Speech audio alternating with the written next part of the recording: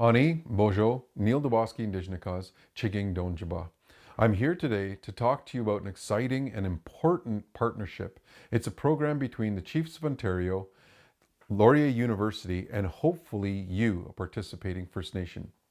We're talking about a review and analysis of the systemic gaps in K-12 education for First Nation learners. Now, over the last 5 decades, there have been multiple calls for change, from the Indian control of Indian education back in '72 to most recent legislation, the United Nations Declaration on the Rights of Indigenous Peoples Act, right? They all call for change. We know there needs to be a needs-based new funding formula approach that respects First Nation jurisdiction, but also focuses on reducing the educational gaps that exist for First Nation learners. Now, this project is an answer to the TRC calls to action, specifically number 9 and 10, where we called upon the federal government to compare and publish annual reports for funding on Indigenous education and First Nation education. And we also talked about how that funding should be sufficient to close those gaps in achievement. The goals of this particular project are very, very important. They're going to identify the educational significant disparities in opportunities and outcomes of First Nation schooling.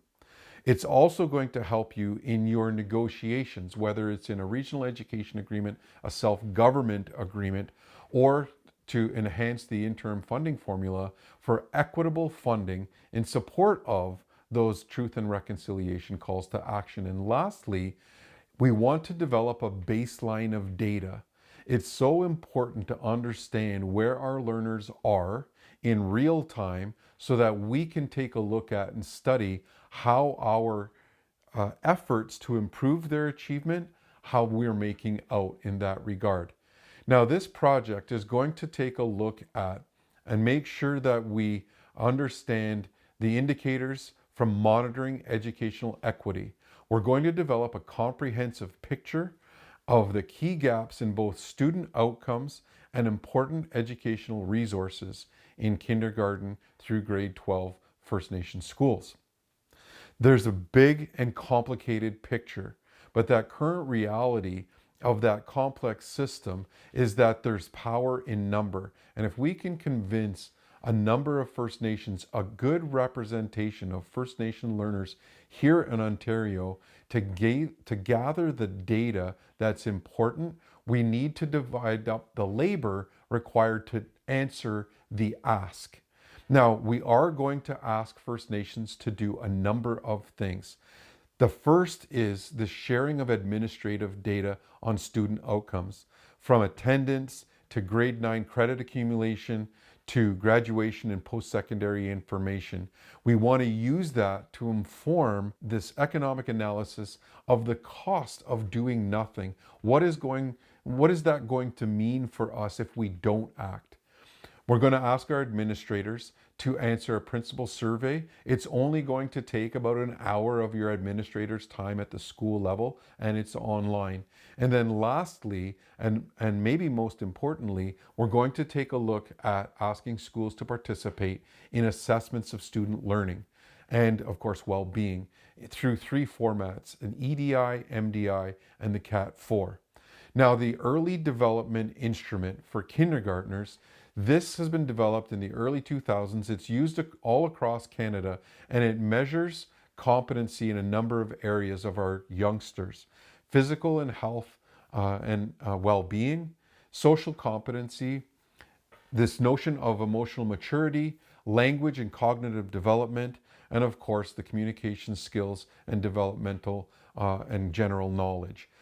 The middle years development instrument is going to ask similarly things of your grades 4, 7, and 8.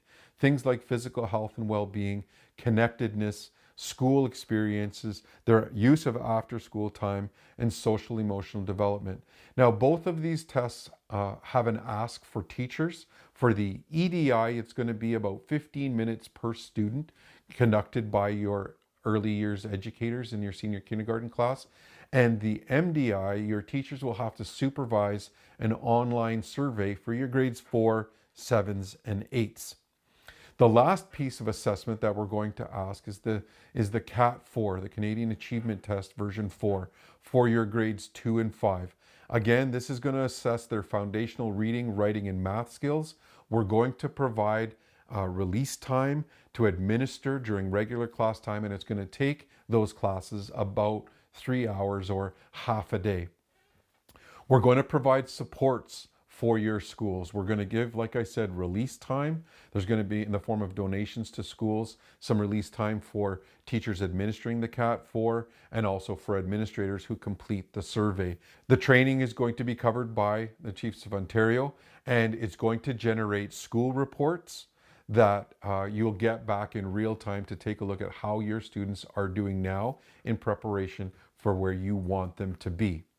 Of course, the ownership, control, and access of that data is going to be strictly governed by the research team. We're going to protect that data, and we will never use that data unless it's in an aggregated format.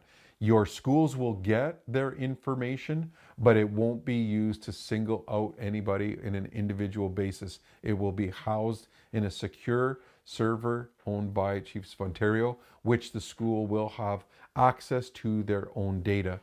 If you have any questions in this regard, if you're thinking about it and still not sure, please reach out. My email is there, as is Dr. Gallagher's, and of course, Julia Candlish. We can go through this again. I can try and answer any of your questions. But if you think you're ready to start, you can scan the QR code, and that will take you right to the sign-in page to get you started. Again, thank you for your time. We know you're super busy, but if you could participate in this, it's in the best interest of all of the students in Ontario and First Nation learners, really across Canada. Miigwech.